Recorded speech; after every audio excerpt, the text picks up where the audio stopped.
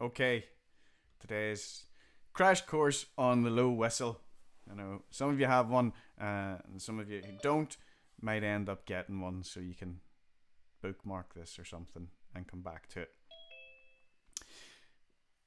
First thing we're going to look at is how to hold the thing. It's very, very different from this. You can have this in the ends of your fingers, and it works quite easy. There's no big stretch. What happens when a lot of people get the low whistle for the first time, they try and play it the same way and they can't, and then they go, my hands are too small, I can't play this, and they throw it away. You don't need big hands to play the low whistle. So that's the first thing. You really genuinely don't. But you do have to hold it differently. Now, instinctively, you kind of start from the top and work your way down. And a good tip, Colin Goldie, actually, who made these whistles, he told me this. He says, it's good to think about starting from your third finger, because generally that's the most difficult stretch.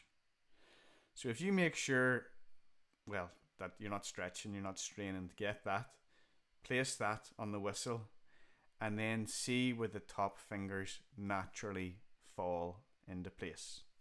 So you're going to be putting this finger here, bringing these down at a bit of an angle, letting them curve round the whistle, and you're going to find that they're not going to be on the tops or the tips. They're going to be landing somewhere along the middle of your fingers. Just depends on your finger size and your hand size and all that. And by coming at this at a bit of an angle, it really alleviates any kind of strain or stretch. Exact same thing for the lower hand, except it's more pronounced, because you'll see here there's a big gap between the bottom two holes, and this is the one that people struggle with. So just do the exact same thing. Start with your third finger, go, okay, that's comfortable, I'm not straining. How do I get these to fall into place? Same idea. Come at it with a bit of an angle. These are going to be way over the hole, but that's fine. It's kind of the middle of the finger that they're falling onto. You'll notice if you do that straight, it's going to be like a really tight, sore thing here. But just by coming at an angle, this is going to be a smaller kind of stretch here, and that becomes much, much easier. And that is a good setup for actually holding the whistle. Then what you do is, just like with a high whistle, you got to clear out any condensation. So cover the top of the hole and just go, just stop it with your tongue. And that will help clear that out. If it's cold, what you can also do to warm it up is just kind of rub it a bit, or cover this and just blow into it for 20 seconds or so.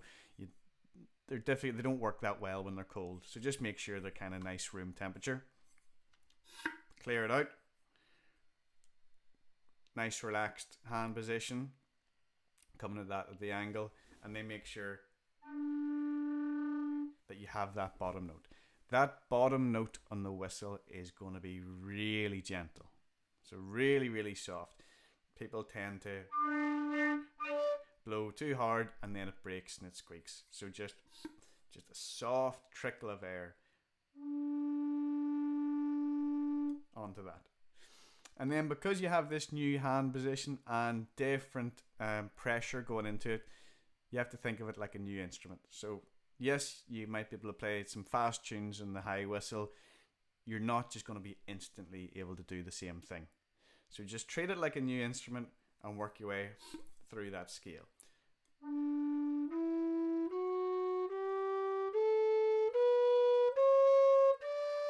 Again, really gentle breaths, starting to increase the pressure as you go up, and then by the time you get to these high notes, it's a really quite a large amount of pressure. So it's a bigger range on this between the low pressure and the high pressure than you'll have in the high whistle. But again, that's just a matter of practicing through that up and down the scale. If you find that you're getting some squeaks and you think your pressure's okay, it's probably just that one of these holes aren't covered fully. And just take your time to kind of work out, oh, okay, actually, it was this finger this crept up. Just one by one, place those fingers back on. Work your way up and down through that scale, remembering how to hold the whistle, and then just start off with some of the easiest tunes that you know, and take it nice and slow. And I guarantee you'll be able to play the thing.